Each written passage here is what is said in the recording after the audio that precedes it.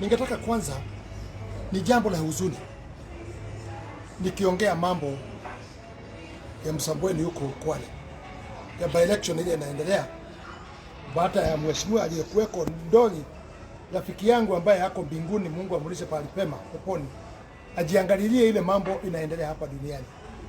Ya kwanza, ningetaka kuzungumzia rais wetu Uhuru Muigai Kenyatta.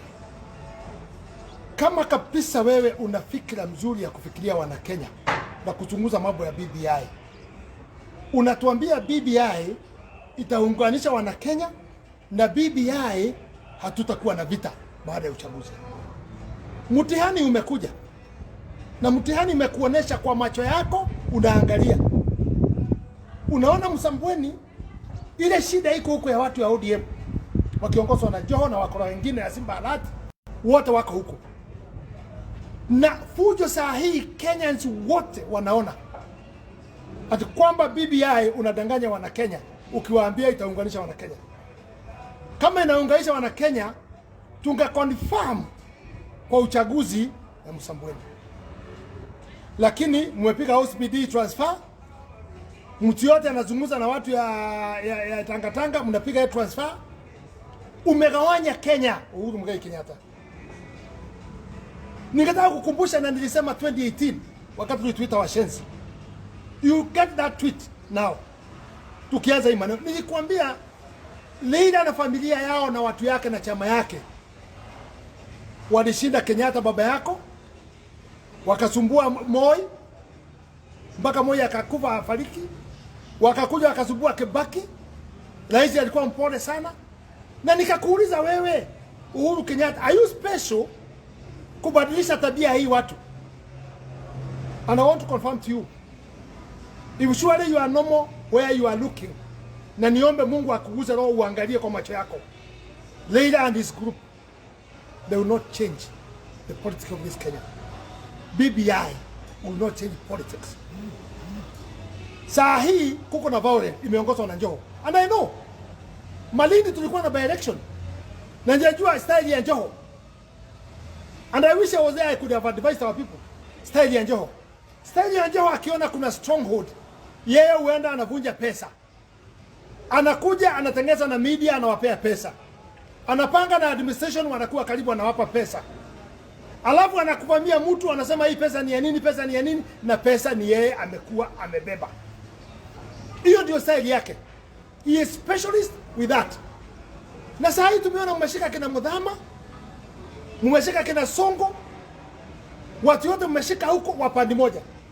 Uhuru Muigai Kenyatta, you are dividing this country. And let me tell you, you might think ninaongea baya kuhusu wewe, but one day you remember me.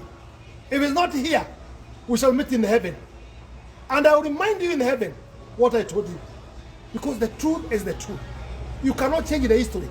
Historia ni historia na lazima ikuweko. Ile mambo Uhuru Muigai unatusukuma sasa, pahali unatuelekesha. Wewe unaenda Mombasa na unajua sheria haikubali ya political party kusupport candidate mwingine. Ukatudanganya Nairobi. Wewe mwenyewe ukaenda ukasupport candidate wa ODM na watu yako. Juzi umeenda Mombasa, umeita candidate wa ODM, umempa pesa mpaka akufanya watu wapigane mkiwa na Joho. Ni nani sasa danganya Kenyans that you are not part of the process ile inaleta shida katika Kwale Msambweni? You are part of it. You give the money. Joho anasema the money you have given. Surely you cannot drink wine and you are drinking water. Uhuru Muigai Kenyatta, please think twice how you can unite this country, because the issues you are doing, one day you'll be answerable to God. Damu ikimwagika Msambweni, it will abate you. Saa hii wewe umetumia officers with the condition washika kina Mudhama, washika kina Songo na watu wengine. Those are your instructions and conditions, we know that, and you cannot lie Kenyans. Why do you want violence wakati umemaliza wakati yako? Hii watu walifanya violence on you, tukasaidia. Wakafanya violence on Kibaki, tukasaidia. Sasa wewe umeingia mtego And let me tell you, ile issue inatuambia ati kutakuwa na mabadiliko kwa sababu ya BBI, I want to tell you direct, you are cheating yourself. Saa hii pesa inaibiwa. Ile inaibiwa ndio inaenda huko kufanya hiyo kazi. Kwa sababu there's no budget in the parliament. There's no bill in the parliament. Where is this money coming from? Use watu and corruption wanatuambia wamelikava, I don't know, road Mombasa road, sijui 50 billion, wameokota nini, wakatupa fika. Ni kwa nini wasemi wameokota hiyo pesa ya wizi kwa nani? Why have they recovered that money? So, ile kazi iko saa hii ni kunyanyasa watu, kutumia anti-corruption, kushika watu, kunyang'anya wao pesa yao, ndio ikuja kwa BBI, ndio muweze kutumia nyinyi wenyewe. This is not united Kenyans. But I want to tell you, there's God in heaven. Mutafanya hiyo yote huko, you finish. But one day, God will stand with the poor. One day, God will stand with the truth. One day, wanaofanya damu imwagike, they will be punished by God. One day, Mungu atawaanika. One day, atawauliza damu ya wale wengine imemwagika.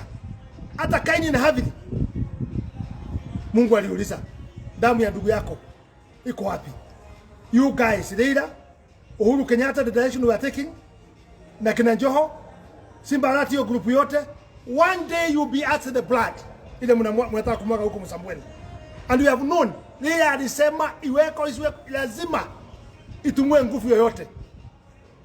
If that's how you want to lead this country, young people are watching you. Older people are watching you. Women are watching you.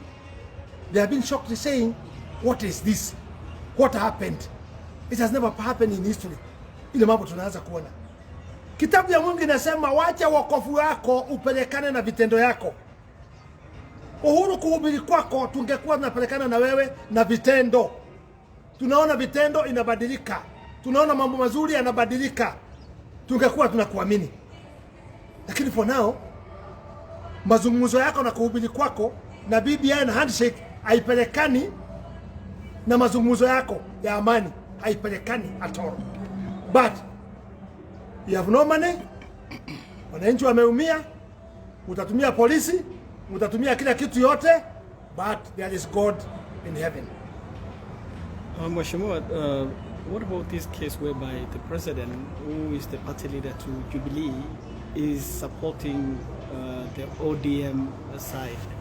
Is it according to no, I've just said it, that according to sheria ya nchi hii, Political Party Act, chama ile ulioko kama Uhuru sasa Jubilee, you cannot support any other member wa chama ile ingine, hasa kwa uchaguzi. Uhuru anavunja sheria, he doesn't want to hear. Hata court order hataki kusikia. This country is going in anarchy. Where we are going now, ukiona rais hataki sheria, hakuna mambo ya pesa ya budget ya kufanya ni kila kitu. Pesa inaokotwa. IBC imesema it has no money. It want about 200 and something million ya kuangalia signatures peke yake kabla hatujaenda kwa uchaguzi. 200 million and 60. That's what they want. All these things haipelekani, lakini Uhuru amevunja rekodi kwa kukosa kutumia sheria, kuheshimu koti, kuheshimu parliament. Kwa sababu even parliament anaingiaga huko na pesa. He does anything he want with money. Anafuata watu wale wanasimama na haki, kuwaumiza mpaka mashinani, mpaka wapi, kujaribu kuwaumiza na kufanya vile anataka. My friend Uhuru Muigai Kenyatta, we have given you 10 years. Baba yako hakumaliza shida za Kenya, Moi hakumaliza shida ya Kenya, Kibaki hakumaliza shida ya Kenya. Even you, I won't promise you, hautamaliza shida ya Kenya. Wacha wananchi wa Kenya wajitafutie amani kama ile tumetafuta Rift Valley. Hatukusaidiwa na serikali, sisi wenyewe tulitafuta amani. Juzi unaona kabisa wanaenda kuincite huko Eldoret pamoja na MC yule alikufa na ule mwingine yako wakapanga kushika akikuwa apiganisha huko na kabila zingine. Mungu akachukua moja wao. And let me tell you, God is coming, and the time of God is timely. And the time of God is never late. Sisi Rift Valley hata mkiincite namna gani, mtumie pesa gani, sisi hatutapigana. Sisi hatutakuwa na shida tutakaa kwa amani. Mchukue uongozi, mchukue BBI, mchukue bibi zetu, mchukue kila kitu yote na watoto wetu, muende nazo. Lakini sisi hakuna mtu atachukua upanga ama kisu kuumiza ile nyingine. Ile upanga imebakia ni ile ulipewa baada ya kuapishwa, ndio inatuumiza sasa. Tumia hiyo panga, endelea kuumiza Wakenya.